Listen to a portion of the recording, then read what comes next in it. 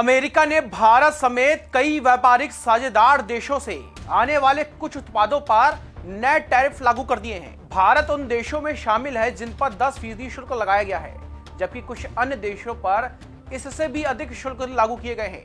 अमेरिकी प्रशासन के अनुसार यह कार्रवाई जबरन श्रम से जुड़े हुए आयातों पर सख्ती और उसकी व्यापार नीति के तहत उठाए गए कदमों का हिस्सा है। लेकिन भारत के लिए यह सिर्फ आयात शुल्क बढ़ने की खबर नहीं है। यह फैसला ऐसे समय पर आया है जब नई दिल्ली और वाशिंगटन व्यापक द्विपक्षीय व्यापार समझौतों पर बातचीत कर रहे हैं। ऐसे में यह घटनाक्रम एक बड़ा सवाल खड़ा करता है। क्या यह केवल व्यापारिक नीति का फैसला है या फिर इसके पीछे व्यापक रणनीतिक संदेश भी छिपा हुआ है? सबसे पहले समझते हैं कि इसका असर कहां दिखाई दे सकता है। अमेरिकी बाजार में मजबूत मौजूदगी रखने वाले भारतीय निर्यात क्षेत्र जैसे कि वस्त्र, परिधान, इंजीनियरिंग उत्पाद और कुछ विनिर्माण उद्योग अतिरिक्त लागत के दबाव का सामना कर सकते हैं। हालांकि वास्तविक प्रभाव इस बात पर निर्भर करेगा कि किन उत्पादों पर शुल्क लागू होता है, किन्हें छूट मिलती है और आने वाले महीनों में भारत अमेरिका व्यापार वार्ता किस दिशा में आगे बढ़ती है। यहीं से यह कहानी एक आर्थिक फैसले से आगे बढ़ करके भू राजनीतिक, वैश्विक सप्लाई चेन और भारत अमेरिका रणनीति रिश्तों की कहानी बन जाती है। अंतर्राष्ट्रीय व्यापार में टैरिफ केवल राजस्व जुटाने का माध्यम नहीं होते हैं। कई व्यापार और विदेश नीति विश्लेषकों के अनुसार ऐसे कदम बातचीत के दौरान अपनी मोल भाव की स्थिति मजबूत करने के एक औजार के रूप में भी देखे जाते हैं। इसलिए जब व्यापार समझौते पर बातचीत जारी हो और उसी दौरान नए शुल्क लागू किए जाएं, तो इसका असर केवल बाजार तक सीमित नहीं रहता है, बल्कि वार्ता के माहौल पर भी पड़ सकता है।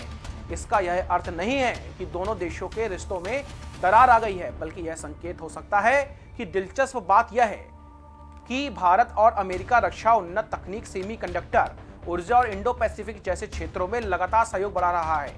इसके बावजूद व्यापारिक मतभेद सामने आ रहे हैं। यही आज की वैश्विक अर्थव्यवस्था और भू राजनीति का नया यथार्थ बन चुका है। एक और महत्वपूर्ण पहलू है वैश्विक सप्लाई चेन रीअलाइनमेंट का जो मामला है।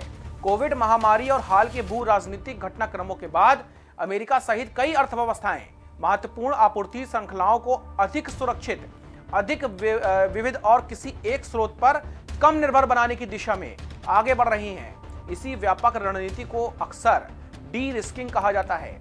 यही वजह है कि भारत का फार्मास्यूटिकल क्षेत्र भी चर्चा में है। भारत वैश्विक दवा आपूर्ति का एक प्रमुख केंद्र है। फिलहाल यह स्पष्ट नहीं है कि मौजूदा टैरिफ का इस क्षेत्र पर कितना प्रत्यक्ष प्रभाव पड़ने वाला है, लेकिन कई विश्लेषकों का मानना है कि महत्वपूर्ण क्षेत्रों में आपूर्ति के स्रोतों का विविधीकरण अमेरिका की दीर्घकालिक आर्थिक रणनीति का हिस्सा बना हुआ है। इसका उद्देश्य आवश्यक रूप से किसी एक साझेदार से दूरी बनाना नहीं है, बल्कि आपूर्ति जोखिम को कम करना भी है। यह घटनाक्रम भविष्य के बातचीत केवल टैरिफ तक सीमित रहने की संभावना कम है। श्रम मानक, नियामकीय अनुपालन, सप्लाई चेन की पारदर्शिता, बाजार तक पहुंच, डिजिटल व्यापार और समझौतों के प्रभावी क्रियान्वयन जैसे विषय भी आगे की वार्ताओं में महत्वपूर्ण भूमिका निभा सकते हैं।